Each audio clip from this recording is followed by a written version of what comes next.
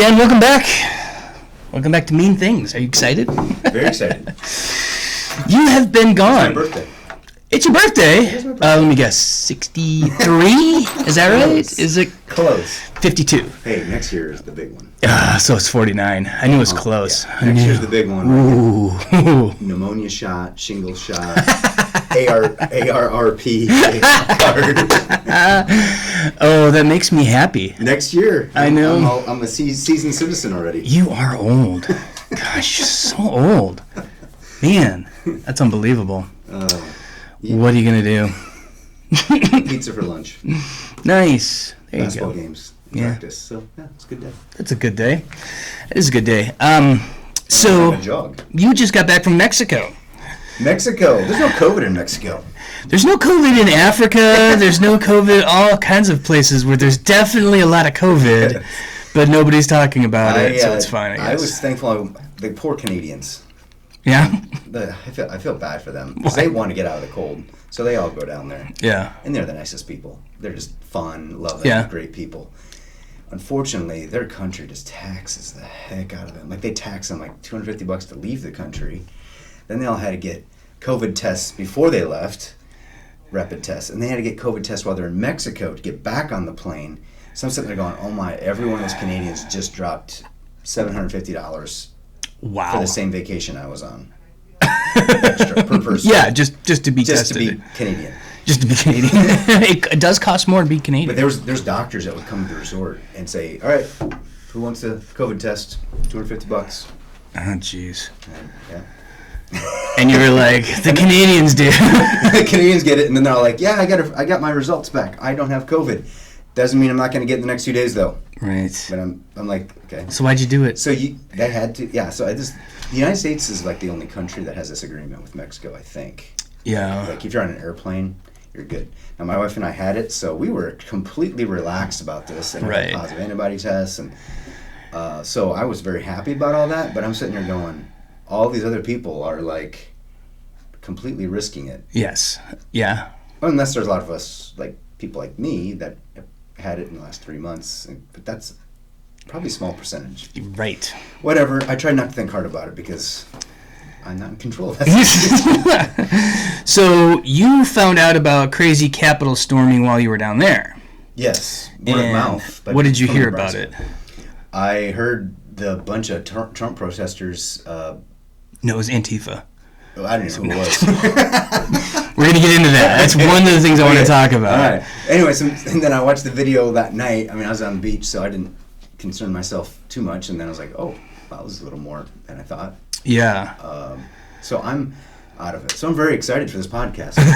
You to let me know. So, I haven't given any thought hardly to any of this. Yeah, I have not taken steps to like get too involved or post something. I've got a post that I've started, and it's actually more like a 3-part thing because partially I think the problem that we're facing is people want there to be simplistic views of everything that's going on in the country right now. So like the first post is actually a long post that I've worked on. It literally says this is one of the problems we have is we are a people, whether you believe that we're designed this way, created this way, or evolved this way, but we humans are a species that will look for the path of least resistance and the simplest and easiest way to do something or see something that will require the least amount of resource. So sounds like a math teacher. Yeah. Optimization. Right. So I mean, if and that's true for I think just about every species, right? Like there's an animal will gladly eat something that it can easily catch versus go after something that is much harder to reach and get to. Or potentially hurt them. Yeah, I mean, it just makes sense. The path of least resistance and the simplest thing that requires the least amount of resource. That's what all species are kind of geared towards. Humans are not an exception to that. And that's a problem when you're looking at something that is complex. And it's one of the differences between people and the rest of the critters is that we have this conscience that we can look at something and go, I'm going to choose not the path of least resistance because I believe it can be good for me, or I can expend resources looking at something complex and take my time on it if I so choose to. Case in point, the apostles. They Tell me more. I'm not sure where you're going with this. They purposely chose a very hard path because they thought there would be a value Yes, to others. absolutely. And it is. And honestly to themselves, too, because they're disciples. So humans have this other thing, this other gear that they can consciously go places. I think that's a really good observation. I've never thought about, Yeah. obviously there's differences in the creation, the created order, but that particular one I hadn't really thought of that one. Yeah, animals are so much. So there's one of the big jumps from the species to humans as pinnacle of God's creation is that we can take on and do things that are challenging, improve an area. Now, I know people will say that there's monkeys who will take a rock. There was monkeys at the resort. Yeah. They were eating a lot of people's bananas out of their hands. Monkeys are jerks. That's actually the nicest way I've ever said it. I've said it way worse than that. They looked like raccoons. Okay. Yeah, they were ugly, but there was like 20 of them. And they tried to get the bananas.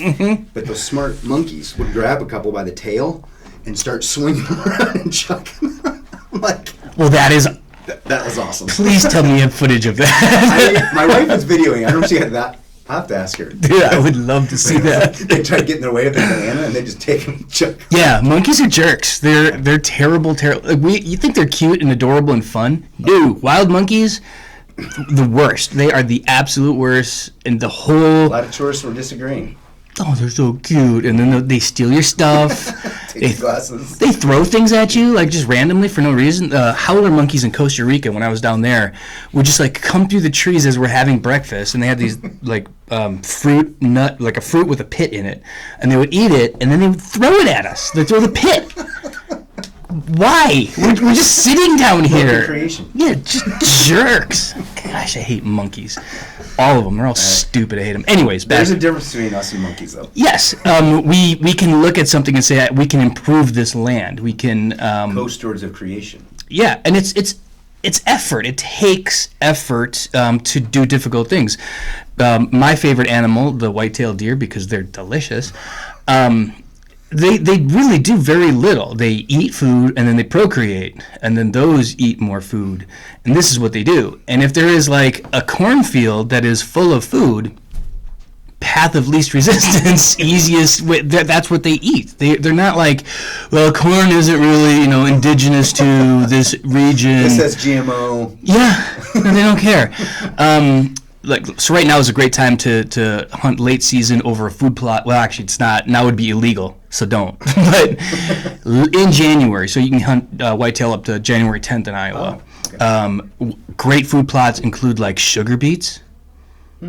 Not a natural food source for deer.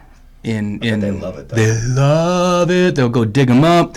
So again, that's a path of least resistance. Humans can look at that and go, I am going to choose a different thing that is more difficult. And I think the starting point for where we're at right now politically is we need to start choosing the more difficult path to understand complexity in what's happening versus the simple path, which is to say they're Nazis, or the simple path to say they're baby killers. That's simple. It's easy. It's quick. It's expedient. Doesn't take any of my... somebody named, you're done. Yeah, I don't need to spend any time trying to talk to somebody who disagrees with me and understand them. That takes my energy and my resource. Relationship. Yeah, that's all costly to me, where I can just sit on a computer and look at something and then just be like, you're an idiot. You're a baby killer, or whatever. That's your next Facebook post. Yeah. And part of that is to say, one of the problems that we have right now, in my opinion, is it's very easy for we've got these two teams basically, and the simple thing to do is to just figure out which one you want to be on and be like, this is my team. And then the other team... Alabama. No, I mean Democrat Republican teams, yes. Team. And you're on this team, so that team is the bad team, so you just lump everybody in that team together. Both teams do it. Right now what we're seeing, and I think the biggest majority of that is one team is saying that everybody on this other team are the people who stormed the Capitol. So if you voted for Trump, or if you are a Republican, you are culpable for this terrible thing that happened. Yes. Now, And there's Christians in both teams too. Yeah, yes, there's Christians in both teams who have complex views on things that are differing amongst each other. So like I know people in my family who are Democrats who are pro-life. Now, they feel like they have to be on that team because they agree with all these other things. And the pro-life thing, and you have a conversation, it's complex. It's not as simple as saying, well, then you're a baby killer. Because they don't kill babies. Like, nobody in my family's ever killed a baby that I know of, so I don't think that's an issue. Yeah, and I think you use this in your other podcast, or I've listened, the tribalism is an easy way to go. And it seems like the culture and the media can beat that drum because it sells really well. It does sell really well. Yeah. And that's, so, social media and stuff like that has not been helpful in this. They fall victim to the same thing, which is kind of where we were going to go with this, is cancel culture, Christian politics, freedom of speech kind of stuff. And whenever you say freedom of speech, I immediately, and I don't know if you do this, I go immediately to freedom of conscience. Yeah. And I think that's it's a more base way of saying the same thing. I have freedom to think what I want. Right. Which is a really rare thing in this world. Yeah. In the history of mankind. It's very fragile. And that's where I think there's a huge danger of us losing that. Yes. Yeah. Which would be like the rest of history and the rest of the world, that would not be a thing that exists. Yeah. And I don't know if people in America understand how fragile freedom of conscience is. Yes. To be able to act according to your conscience, to be able to believe and think and feel according to your conscience is important. And it is important to preserve that in other people. Mm-hmm.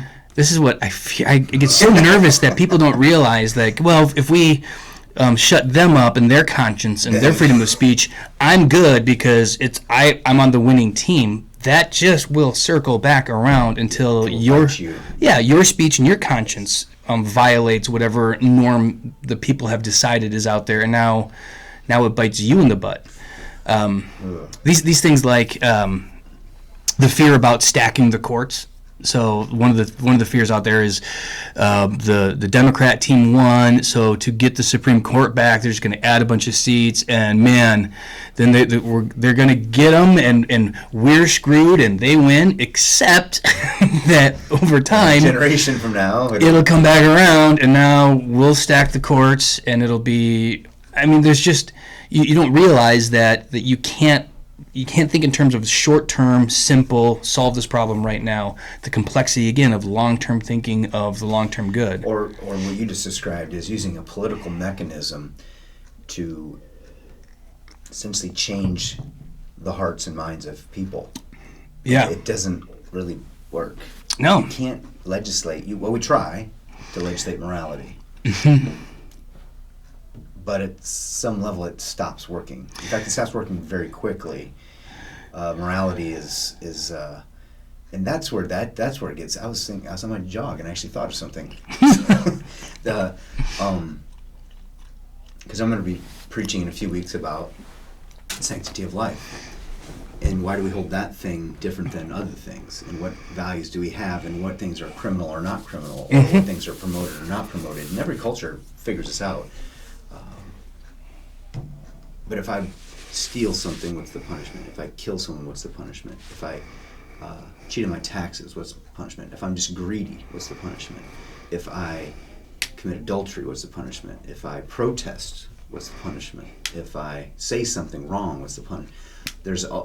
So the government and just our moral fabric is always making value judgments on these things. But this is where I think the Christian perspective hopefully can help us take a step back, look at all the sin through this lens, and say, okay, there's atonement for that through Jesus. I'm not going to be held accountable for that sin. Christ has paid for that sin, and still has it for that person. And Christ has it for that person who's my enemy. That lens should hopefully color us a little different in what does that look like. and the vengeance is mine kind of idea, or revenge, or I'm going to win, you're going to lose. It gets super slippery super fast, and I don't think there's any easy answers to any of this. Right. But it bothers me when we want to use the political mechanism to teach morality to people. Yeah. You can legislate behavior. Yes. But people will still want to do the thing, maybe still do the thing and break your I was just in laws. Mexico. There was a lot of talk of drugs. Yeah. Yeah. There's lots of dogs sniffing. That's what we were yesterday. This one German Shepherd was training. Yeah. And he was working, and he triggered on a guy right behind Sarah. And the guy, they pulled him aside really quick, and I think it was a test for the dog. They're training him maybe, but I'm not 100% sure. But he quickly was let go, but they gave this dog his toy to like wrestle with this thing, and he was going nuts on that, and it's kind of scary. Watching German Shepherd go. Yes. That's a working dog. That's a working dog, and that dog. Whew. Yeah. Everyone in the airport stops and just looks at this thing like, oh wow, it could take any of us right now if it wanted. So I have two funny stories of drug dogs in airports. The first one was in Kenya. There's a few really good, your classical drug dogs in the airports in Kenya, but they also they don't have enough. So this is my guess. This is my hypothesis only, because every now and then you'll see a drug dog, and I'd look at Joni and I'd be like, nah, I ain't gonna drug. It's like, number one, and I know you can train any dog to smell drugs. I get They that. had this cute little beagle too. Yeah, but this dog was super old. You could see the gray hair, and it wasn't even sniffing. It was just I get it. It's a way to be like, no, we definitely have drug dogs, and there were some, but it's every now and then you look at it, that's not one of them. They found that dog in the street. And the second one was, I got busted by a drug sniffing dog. Only it was a food sniffing dog, and I was You're bringing food in? blown away. I took food from America with me. Beef jerky is what it was, and Everybody packs beef jerky on an airplane. it's the best, right? So Brought some. I had enough that I made the entire trip, and I had a package left with me. Get back, turns out you can't, if you opened it in another country, even though it's from the United States, you can't bring it back over. So I got busted in customs somewhere here in the States. I don't remember. Yeah. It was so shaming. I was like, man. And I also had... You had drugs in there. Well, what was funny is I also had 15 pounds of green unroasted coffee beans, and I was like, I look like a drug smoker. You're muling. Jeez. So they went through all my stuff. They're like, what's all of this? I go, it's coffee. It's Kenyan coffee. It's amazing. He's like, what are you gonna do with it? Roast it. And then I'm gonna drink it. And they're like, okay. So I don't know if that was my white privilege or what. I thought about the Cuban cigars. I was like, how many of these can I bring back? Probably legally zero, I think. But I don't know. They changed that. There was a change in that, but I don't know if we went back to it or not. Anyway, Sarah's like, oh, do you want a cigar? I'm like, kind of, but no. Yeah, it's not worth the hassle. I'm here with my anniversary trip with you, and you're ready to smell a cigar on me. So, one of the things I like to point out about... We went from morality to dog sniffing. Yes. Or drug sniffing dogs. So, here's an unpopular topic amongst, I think, conservative Christians, is that when we talk about God-given rights to all Americans, I say stop. Let's examine, are there God-given rights, and do we express them in our Constitution? And from the jump, if somebody says, well, the First Amendment is freedom of speech, it's a God-given right. God says, do not take the Lord's name in vain. That's a censorship of your speech. That, by definition, don't say that thing. Is that not a violation of the First Amendment by God? Is God subject to our Constitution? Isn't the law mostly there to thwart evil and prevent you from doing bad things? It doesn't give you something else you didn't have. Yeah, what about life, liberty, and the pursuit of happiness? These are God-given, unalienable rights. I missed that verse. And we should ask the Philistines if God wanted them to have life and liberty when he instructed the Israelites to kill them. Yeah, I was reading a really bad psalm the other day. Yeah. Killing babies in the womb. Yeah. And they're going to be wiped off the face of the earth. And not so much for those people. The people in Sodom and Gomorrah. Yeah, not so much. Were they pursuing happiness? I think they were. Yeah. And I don't think God was like, that's your God-given right. You go and pursue that. Tower of Babel. Yeah, right. I mean, you guys are doing a great job at doing some really bad things, so I'm going to mess with you. And all they were doing was building a big tower, right? Like, to get to God. Infringing upon the capitalistic ventures. The pursuit of happiness was to... So but that's so ingrained in our culture. It is. Just to even push against that is touchy. Because the Lutherans, we have a very good perspective on this. You have the right to be dead eternally. Yeah. That's what you deserve. Mm-hmm. That's where you need to start from. And this is not to, by the way, anybody listening, this is not to disparage the rights given to us in the Constitution. No. I think, but there's a very strong humanist intermix of the Judeo-Christian ethic with that, which is what every government ends up having to be. It's some kind of intermix. It's a bridge. Yeah, it's theistic humanism to say that we have... And the founders were theistic humanists. Weird. Weird that they did the thing they thought they were doing when they did it. Like, it's so... There's some great stuff in there, and John Locke is an awesome dude. Oh yeah, and it's a wonderful, wonderful gift to have good government. Yeah. To have peace, to have laws, to have first article of the creed, goodness, right? It is the best stuff, and God created. But to say that I have the God-given unalienable right to life, liberty, pursuit of happiness, that assumes life is a right that I have because I'm alive. See how it all points in? That's humanism, and that's why it's theistic humanism. It kind of makes man God, right? Because I am man. That is sin one. Yeah, I know. Because I am man, I am the one who gives these rights. Because I am. And I find these self-evident because I'm the holder of truth in God. Right, exactly. Self-evident. Self-evident to who? Like God?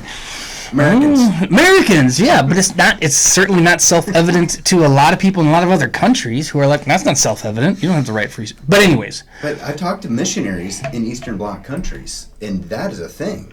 Mm-hmm. They're like, what are you talking about? No, you have this freedom to make your own choice. No. You have this freedom to like go to the store and pick out what you like. Mm-hmm. Are you sure? Because I don't know what you're talking about. Yeah. It sounds appealing, but what are you really talking about here? So it's so foreign to other cultures. It's us. And this is the best thing about us. This is the best thing about our country is this Constitution. Let's just be clear from where it comes and the generation of it. This is a man-made thing.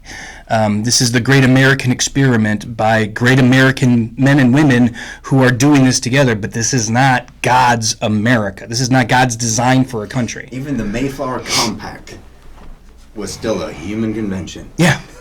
So, by a bunch of really pietistic. So what we're bumping into right now is a lot of Christians out there who are like, man, they're censoring. They're taking away our ability to, everybody being blocked or banned on Twitter and all of the social media, saying you can't say this, cutting Parler. Is this true? Are people being fired if they were protesting? Is that true? Yes. I'm like, I hear little bits. I'm like, it hurts my head. I'm still so out of this. But now, I should be clear on that. I'm not sure if it was like if you were just there, but if you were in the Capitol and there's like a picture of you, or if you were participating in some of that stuff, yeah.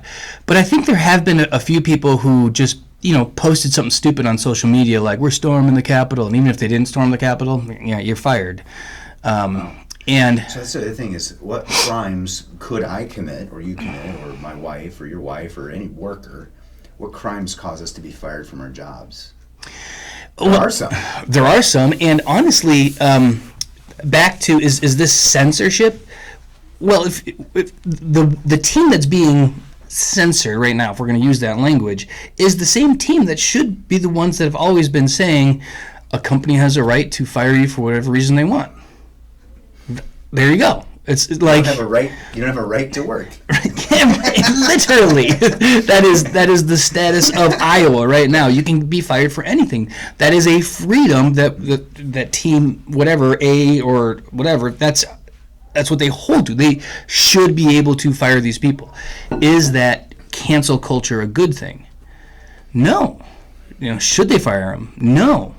It was back to that discussion about the baker. The Christian baker who does not want to bake a cake for a same-sex wedding.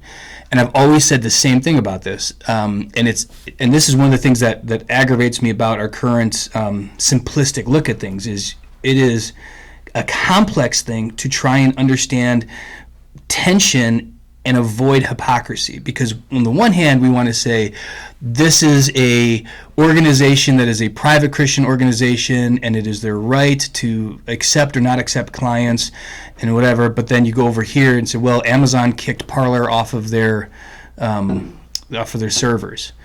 It's a private company. They have the right to do whatever they want to do. Mm-hmm. So I would say both have all the right in the world to do that. Freedom of conscience. Yes. Now, should they? In the case of both, my answer is no. And then we have the court of public opinion that will dominate. Yeah, but I would say to a Christian... but that's where the self-correction comes in. Mm-hmm. I've heard lots of conservative people talk about that. Instead of legislating, this is right, this is wrong, you can do this, you can't do that. No. You do your thing, and the society will have this public debate about what happens because of that action. Yeah. And it works itself out. That's what's great about this country, is the Constitution does not constrict us from having this conversation about ideas.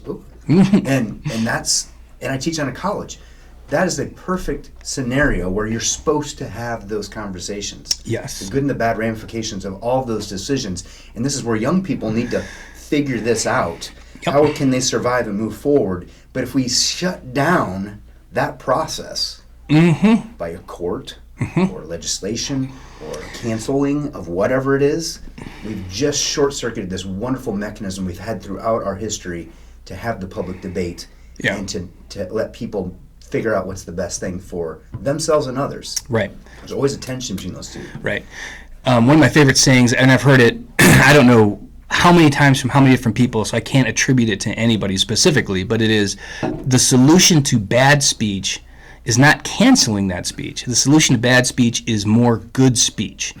Why is that bad speech? Why is that dumb and wrong? Why is so? And there are those you will not convince, and my Facebook is full of them, where there's all kinds of, and I would say they tend to be on my Facebook page because of my background and all that, conservative Christian nutjobs who believe in conspiracy theories, who are all about QAnon, and again, those are very easy, simplistic ways to either rationalize away or rationalize toward some other thing, and then you don't have to work so hard at it. And so one of the, I've got these little notes jotted down. No, we don't have to do these yet, but this is the signs you're part of the problem. So look at me. I just got back from Mexico. I live in the suburbs. You are part of the problem. And I'm white. Look at me. I'm tan. You're very tan. It's from your tanning. I'm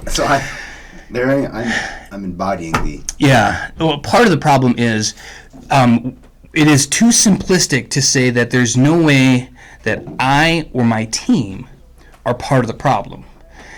And when it becomes really super self-evident that at least somebody on your team is a part of the problem, and I would be quick to say I am on that one side of the team with the current leader of that team being a huge part of the problem.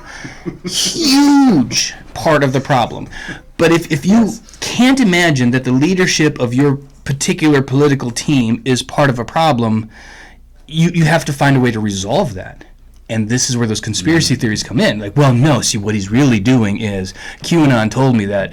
No, I know he said this and it looks bad, but no, really. And you know what? The Trump supporters would never, there's no Trump supporter ever who would storm the Capitol. It must have been Antifa, who the left planted people to go in there and incite the riot. People are so good at explaining why sin, aren't they? Yeah, and it's. I'm like, I didn't mean to be that, right? I do this all the time. People do this all the time. Right. And teams do this all the time. And so what's weird is, like, if you're on a football team, and I've been on a football team, like, in high school, so it's been a while. But, like, you look at, why are we losing? Why do we suck? You know, why aren't we winning?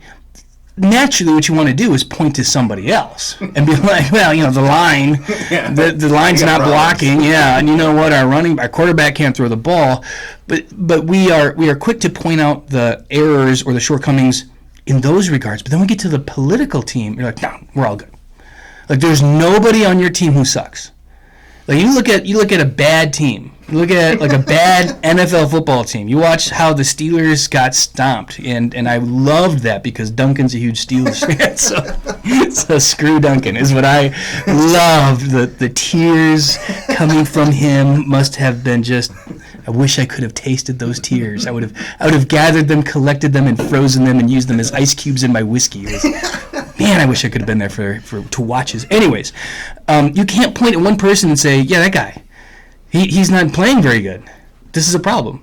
Of course you can. As a Steeler, you go, this is stupid. We're losing to the Browns, 28-0 in the first quarter or something stupid. Like, that guy sucks. He's no good. But then you can't imagine in a group of how many people voted for Trump? Like, I actually had a student do this. 74 million. So 74 million people voted for Trump. None of them are crazy. In a group of. Or is it 74 million? Let's Google it quick. No, I think that might have just been the white males, because that was the question. How many people voted? So here, there's a good stat while you're looking that up. 35% of the electorate is white male. Okay. Trump got 37%. Biden got 33%. No, you're right. It was 74 million people voted for Trump, and you're telling me none of them are crazy. Not one. Okay, and I'll do the other side too. 81 million voted for Biden. None of them are crazy. None of them are Antifa. You're really. There's no. So it's not possible. So 1%. Let's say 1% are crazy. It's still 750,000 people. Yeah. And of those area. Yeah. And of those, we can cut, like, slice that to, like, another, like. This is the exact same argument they give with Muslims. Yeah. Yes. Billion. So they're all good. Right. But then what percentage? Okay, we have 350,000 terrorists. Yeah, that's a lot. That's a lot, but they're spread on the world. But percentage-wise, it's so small. And I don't see this go.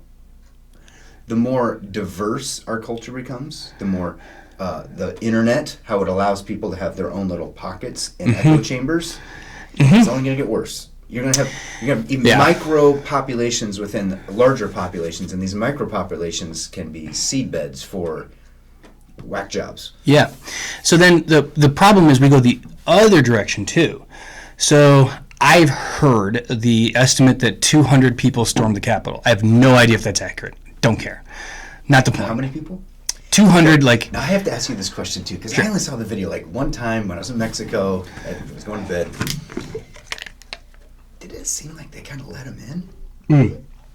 No, that's another little conspiracy theory that's out there. I was just watching this cop. I'm like, oh, they just kind of opened the gates up. But I'm like, am I seeing this right? I have no idea. It's a defensive tactic that police and military use. It's a tactical retreat to fortify other positions. Okay, that's what I'm like. So if you're covering an area, 5 minutes of the so if you're defending an area this big, but the people you're defending are in here, pinch point. Yeah, you can cut down. And if actually you watch the video that everybody's saying, like, oh, seriously, look at it, it's an inside job because the police. If you watch the whole video, the guy opens the gate, even kind of like come this way, come around that corner, and then there's a wall of police. So it's like we get you to a pinch point, a tighter area. I don't want to work that hard. I was on vacation. Yeah, well, there you go.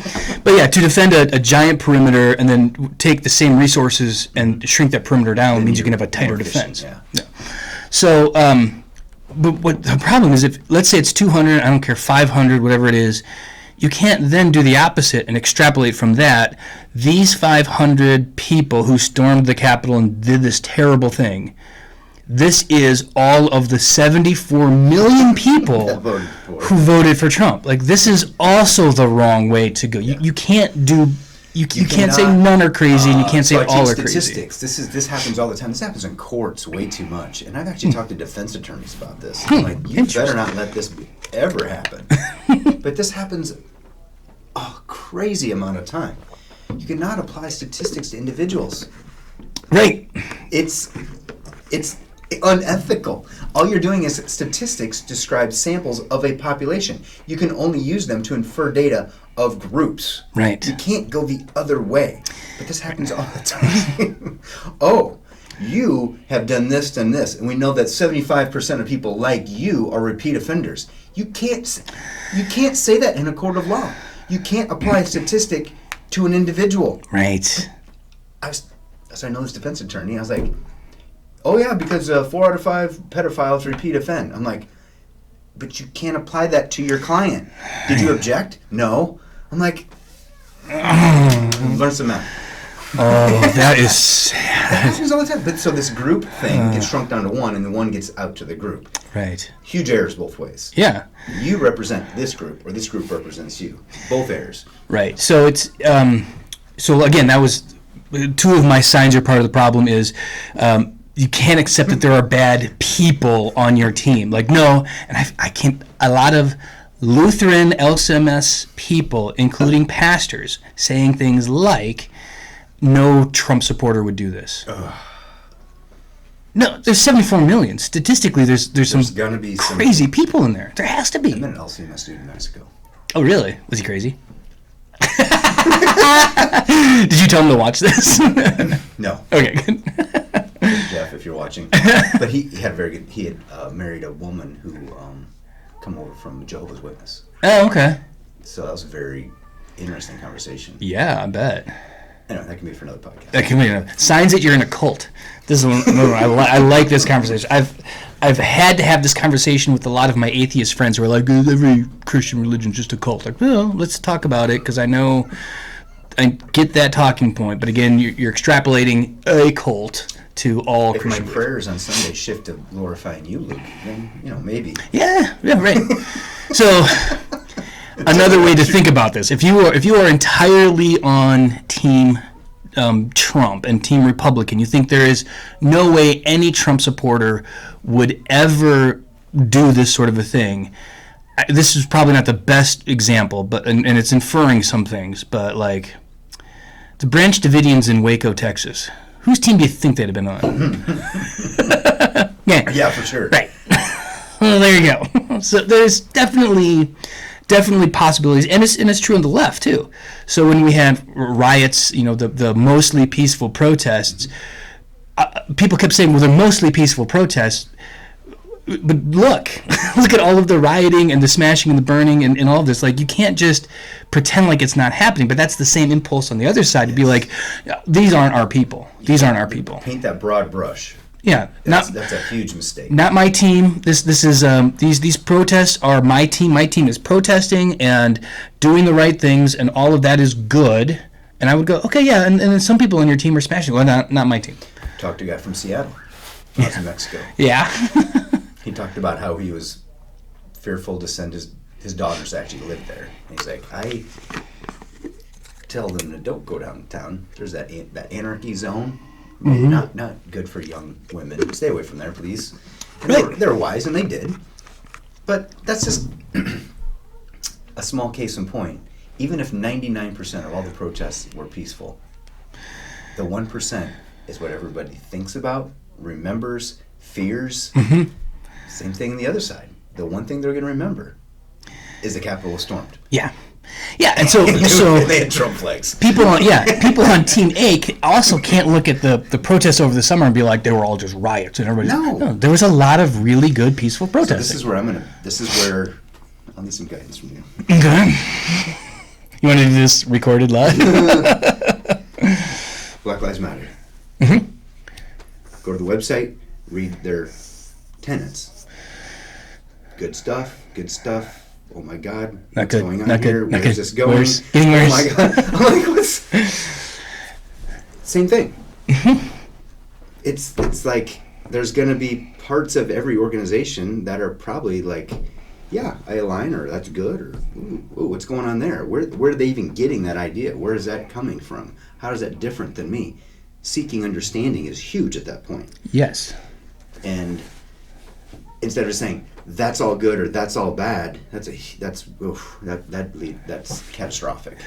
And there's always a point at which in any understanding where you can just choose to do this simplistic. Like, so you took a step towards moving from, I heard somebody say Black Lives Matter is terrible, I heard somebody say that it is the best thing in the world, but I'm going to pick a team, right?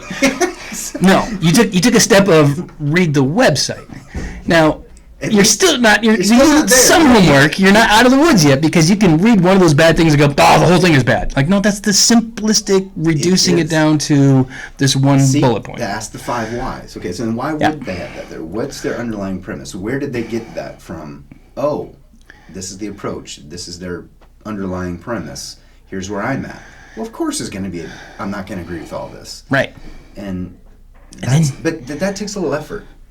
Not a lot of effort. But you wouldn't believe how many people I talk to who have not even done that effort. Right. I was like, did you go to the website at least and just check out where they're at on certain things? No. I'm like, well, spend 5 minutes and do that.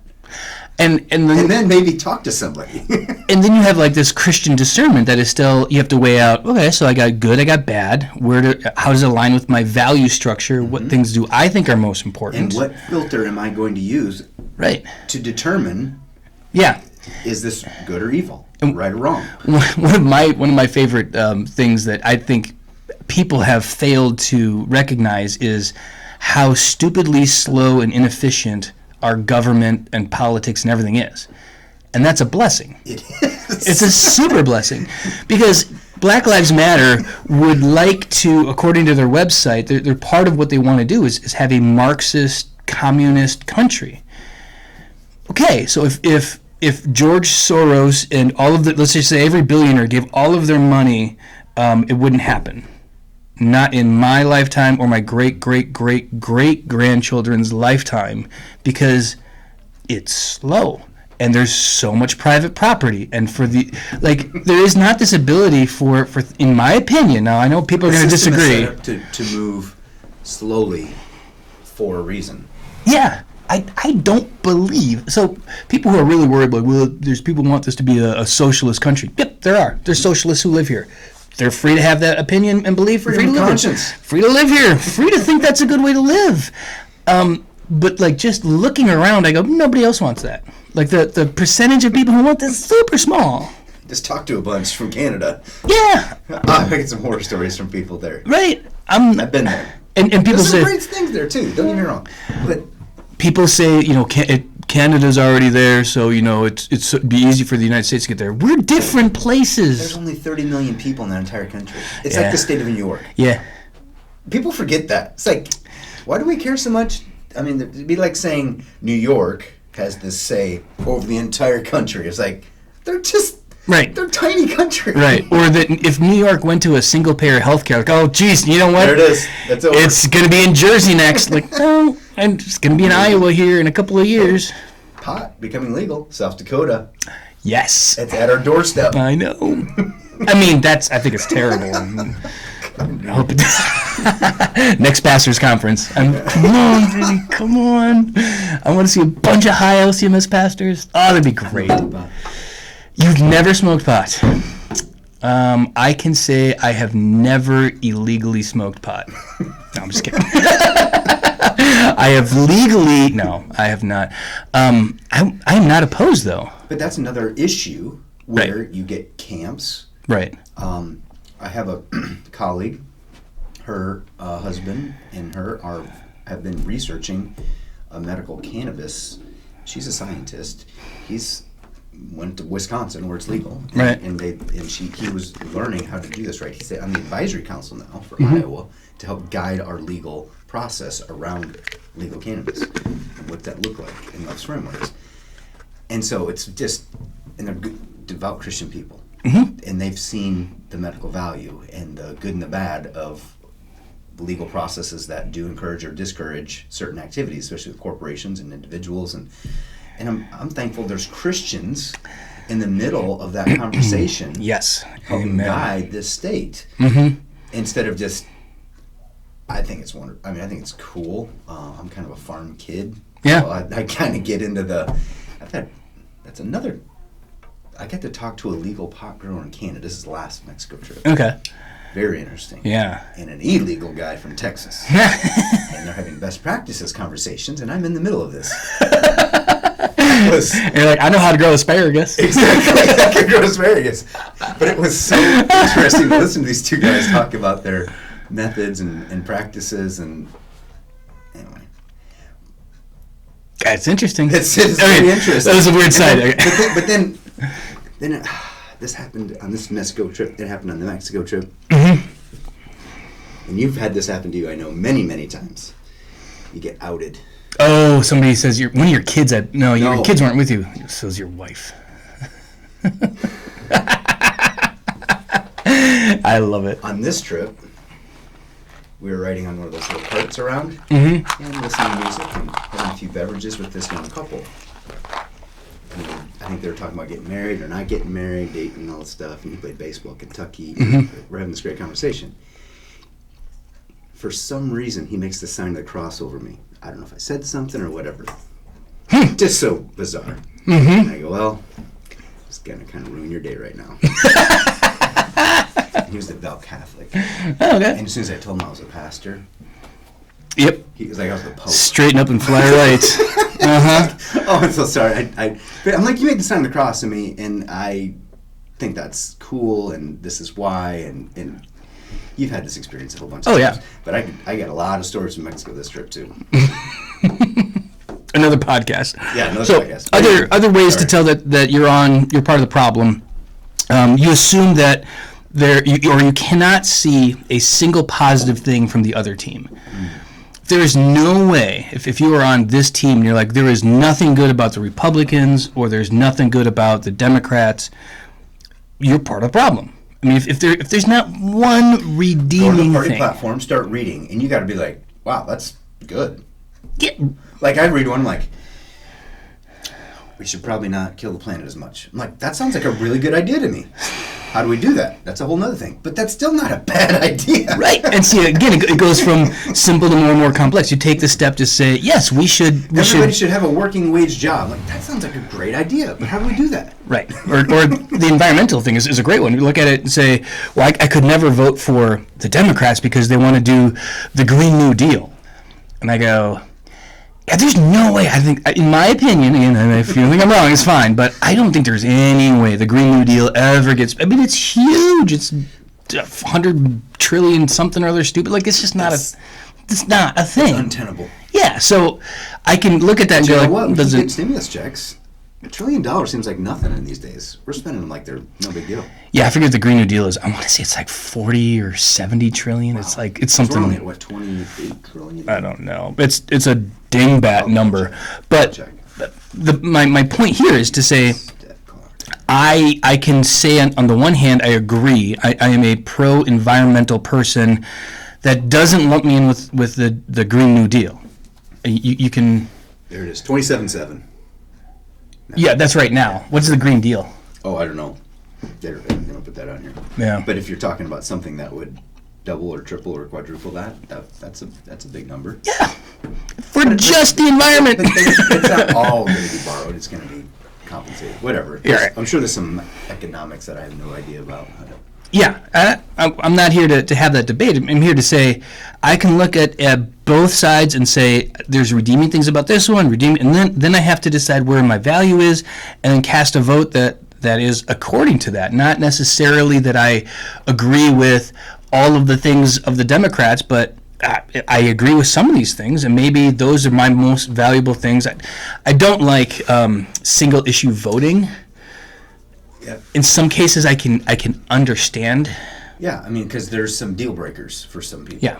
And if there's a deal breaker, and it's because it's my conscience, then I can't really fault them completely for that. Right.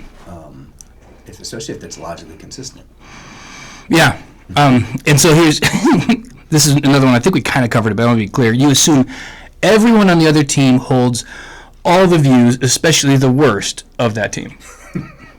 This is the baby killer thing, right? Like, no, I have family members who are very much about having immigration open up and treating people better, and the environment and all of these things. I'm not as passionate as they are, but I agree with them on these things. For them, they're the high things. That's their deal breakers. That's their deal breakers, and they are not pro-choice. They are pro-life.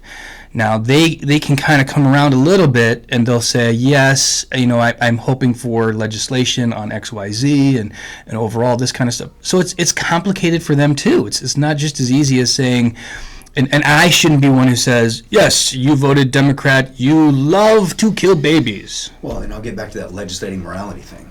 So the law can either prohibit, promote, or stay neutral. That's only three things they can do. Mm-hmm. So if killing a baby is promoted, neutral, or negative, that's really all the law can do. Unfortunately, the law is a teacher for many people. Like I've told my children, there's lots of things that are legal that are completely immoral and you should never do them. Yeah. Lots of things. If you use the law, so many things. the U.S. laws or the state laws or whatever as your guide for right and wrong, you will go wrong a lot. Unfortunately, when we say if the government says selling drugs is bad versus, we don't care, versus, oh, it's fine, that will sway because it does teach people at some level. So unfortunately, the law is put into a role it's not supposed to be. Mm-hmm. It ends up being a teacher or a promoter of certain behaviors, like marriage, let's say. Phil says, marriage is good. It's the best way to fight poverty and to make sure we have secure homes and all these things. Okay, so they can say marriage good, marriage I don't care, or marriage bad. If we're only using the law or the legal or the political system to dictate that whole idea, which I think we have more and more secular humanists or just even theists that are humanists are going to use that as the barometer of right and wrong. It just sucks right into that I am God idea. Yeah. And we go down that path, which is why the framers were like, this doesn't work unless people can govern themselves in their own morals. If the government is thrust into this role, and so whenever we're having to legislate, it seems like we're having to do this more and more. Legislate common sense, legislate morality. The government's put into a position that was never intended, and it's not good. And by doing more of that government doing is not going to solve the problem of the government doing. It doesn't. I think that is the It's problem. It's a self-perpetuating problem. So this is where I come back to. We need to be leading on this. Christians. And yes, all people, but Christians need to lead. So that the change actually comes from people, not from the government. The Holy Spirit. Yeah. That's the really only way heart is changed. Be reborn, right, by the water and the word. You need you need something beyond yourself, or you will devolve into self. Yeah. Which is unfortunately kind of what we're built upon. So I don't you think? Man, you really brought, that first point you made, really, that's making me think hard. I mean, we do have this theistic framework behind it, this Judeo-Christian, but that intrigues me to think the Christians, like you say, they need to be leading from that perspective of we're all by nature sinful and unclean, that we need to be reborn, we need to regenerate our mind and use that as our guide no matter what political system we're in. And there's a discipline that crosses over from having a Christian faith to having a moral people doing not part of the problem without converting them. They're way more moral than I am. Right. Non-Christians. Right. But this part of the problem of assuming everybody on the other team is bad. No. One of the tenets of Christianity is to assume that every person is, every Christian for sure, but every person is a mixed bag. Lots of sin. They do good things according to the kingdom of the left. Yes. And we say, yes, there's good things that you give to the poor. It's no bueno that you don't love Jesus, right? Like no bueno, no good that you don't love Jesus. But like we can look at a person in a complex way and say, we love you because God first loved you, and we love because He first loved us, so we love you. This is also not good, and the simplistic way is to be like, no, if you don't love everything about me and say everything I do is good, then you don't love me. Like, no, that's... So Christians have this discipline. Love me We have, the same-sex marriage or the way that the simplistic view is, if you are opposed to same-sex marriage, you hate gay people. If you are for same-sex marriage, you are gay and love gay people, and also you kill babies. Like, it's... I know, but this is the broad brush that gets... Yeah. No, there's we need to, as Christians, be the ones to look at complex situations and be the ones saying, no, this is complex, let's take our time. We don't need to be the ones jumping on board and saying the stupid things that I'm reading on Facebook that Christians and pastors are saying. Pointing fingers. Yeah. Painting a broad brush. Allowing the public debate, I think, is huge. This is one good and bad thing about social media. Mm-hmm. It does allow people to have the freedom of conscience, but then the danger is, do we really? Yeah, yeah. People are afraid. Yeah, and I would say calling to repentance all of those pastors who are doing this wrong is an important thing. It's not me. I haven't done anything yet. So there's a Facebook I guess I'm on group. this podcast, so yep, I've done something wrong. There you go. There's a Facebook group out there. It's Pastors of the LCMS. I think you're in that group. Really interesting conversation. I'm going to give a hat tip to my buddy Jed Mashke. Wrote something awesome. But the original post was, and I won't say who wrote it because I think it was not the smartest thing. But I think he was saying it in a good, intended way. He said, for Christian conservatives, it feels like this country just took a hard left turn away from the benign but disturbing dystopia of Brave New World and towards a much more openly aggressive world of 1984. Ah, well, as my Baptist friends are fond of saying, Christ is still on his throne. Not a bad post. Okay. But overly simplified. A bit overly simplified, and then Jed did a great job of like tossing out perspective, and it was a good conversation. A lot of people said good conversation. So Jed said, I found that the feelings of disappointment and grief many are experiencing right now are showing how many of the people we shepherd in our conservative Christian churches have fallen for some very deeply rooted idolatry that has become entwined with political ideology. Mm-hmm. If we think that our favorite social network being shut down is persecution, we're nowhere near being ready to face the things our brothers and sisters in Africa and Asia are experiencing. As the author of Hebrew points out, in your struggle against sin, you have not yet resisted to the point of shedding your blood. We have a long way to go, brothers. Keep preaching the word. Nice. Jed just